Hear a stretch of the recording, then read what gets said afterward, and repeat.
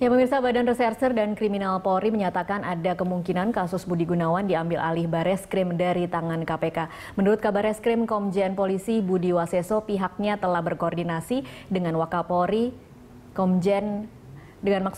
Kapolri Badrodin Haiti dan pimpinan KPK yang baru terkait dengan pengambil alihan kasus BG. Budi Waseso beralasan kasus ini semula sudah ditangani oleh Mabes Polri pada tahun 2010, namun tiba-tiba dibuka kembali oleh KPK. Budi Waseso menyatakan sesuai dengan MOU antara KPK dan Mabes Polri dan sesuai dengan ketentuan undang-undang, polisi lebih berhak ketimbang KPK untuk menangani kasus Komjen BG. Dan untuk membahas lebih lanjut mengenai wacana ini, kita di studio sudah hadir Jamin Ginting, pengamat hukum pidana. Selamat sore, Pak Jamin. Selamat sore. Ya, Pak Jamin, kalau Anda sendiri memandangnya wacana bahwa kasus BG akan dilempar ke Bareskrim dan kemudian akan P21 dan dilemparkan lagi ke Kejaksaan Agung, seperti apa? Wah, itu memang strategi yang luar biasa saya kira. Tapi perlu kita ingat pertama, kalau kasus KPK ini adalah inisiatif daripada KPK sendiri. Kalau tadi dikatakan Pak Budi Waseso bahwasannya pernah dilakukan penyelidikan tentunya dalam kasus BG ini mengenai rekening gendut, tentulah ini juga harus ada koordinasi dengan KPK. Nah, salah satu fungsi daripada KPK yaitu di pasal 6 Undang-Undang KPK mengatakan KPK itu mempunyai fungsi koordinasi dan supervisi. Oke. Ya. Nah, apa makna daripada koordinasi? Koordinasi artinya semua tindak pidana korupsi yang dilakukan penyelidikan dan penyidikan itu harus dilaporkan ke KPK. Jadi meskipun ditangani Bareskrim harus tetap dilaporkan kepada KPK. Okay. Dilaporkan dalam tugas koordinasi. Dalam tugas supervisi, KPK mempunyai kewenangan untuk mengawasi, mengawasi semua penyidikan, penyelidikan, sehubungan dengan tindak pidana korupsi. Oke, jadi di sini bisa diperjelas bahwa tidak pernah ada dalam sejarahnya KPK menangani kasus sudah menetapkan tersangka kemudian dilimpahkan kepada Bareskrim. Sampai saat ini saya belum pernah melihat ada kasus di KPK lalu karena KPK merasa tidak berwenang atau KPK merasa keberatan untuk menyelesaikan kasus tersebut lalu diserahkan kepada kepolisian ataupun kejaksaan. Nah, khusus untuk kasus BG, tentulah ini didasarkan pandangan Pak Budi Waseso tadi mungkin didasarkan kepada putusan Pak Hakim Sarpin di pra-peradilan yang mengatakan bahwa KPK Hakim BG ini dia bukanlah penegak hukum, dia bukanlah penyelenggara negara.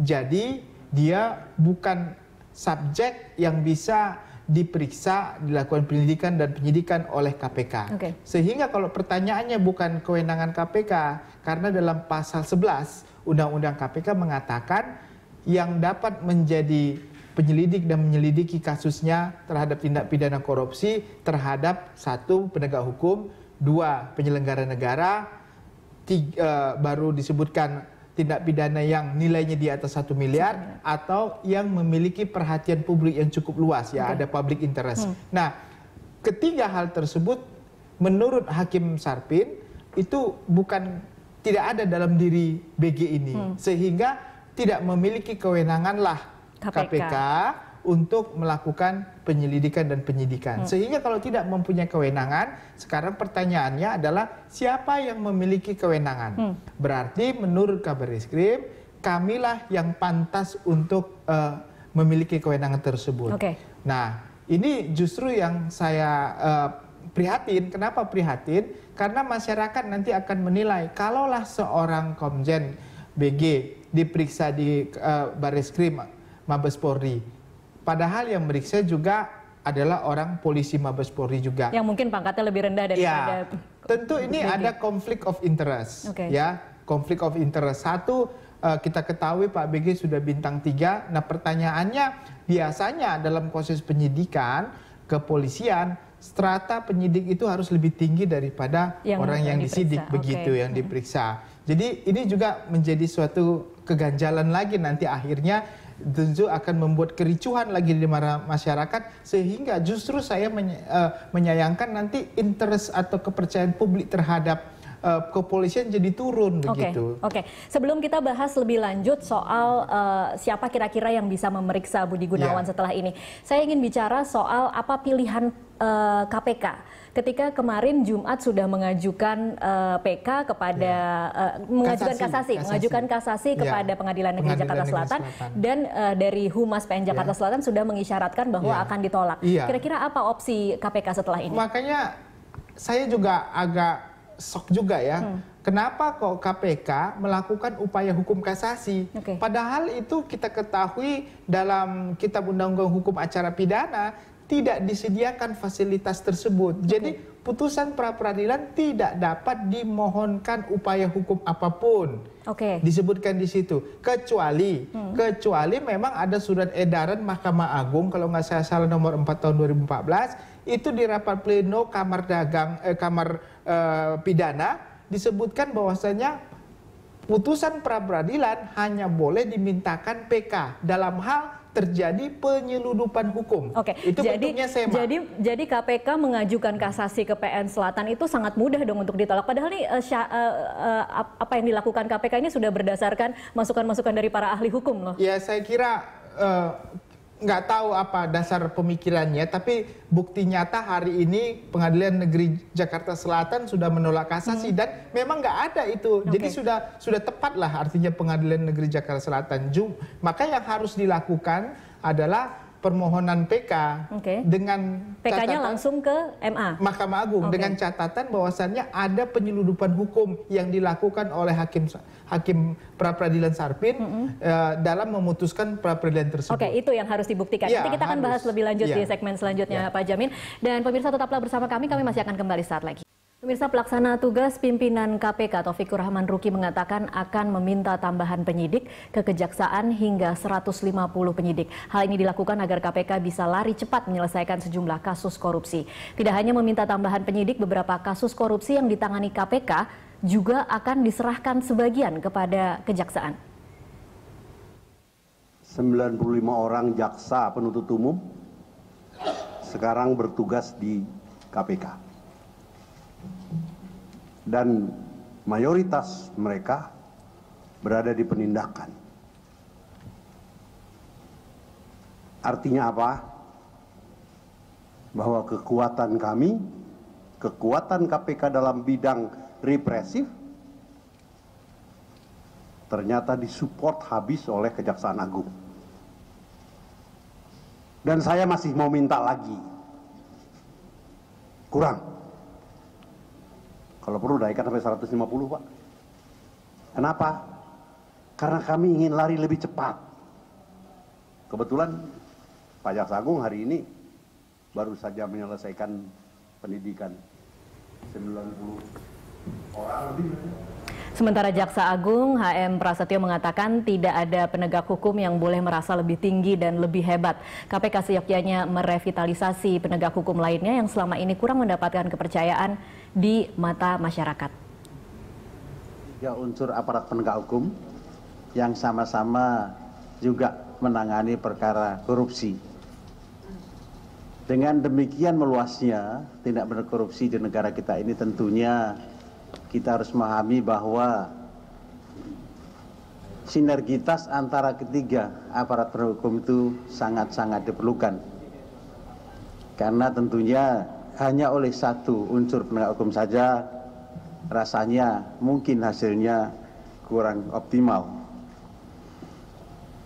Kami sepakat untuk harus bekerja bersama-sama, saling bahu-membahu, saling mendukung, saling membantu, saling mengisi. So, dengan demikian diharapkan hasilnya akan lebih baik dan lebih optimal.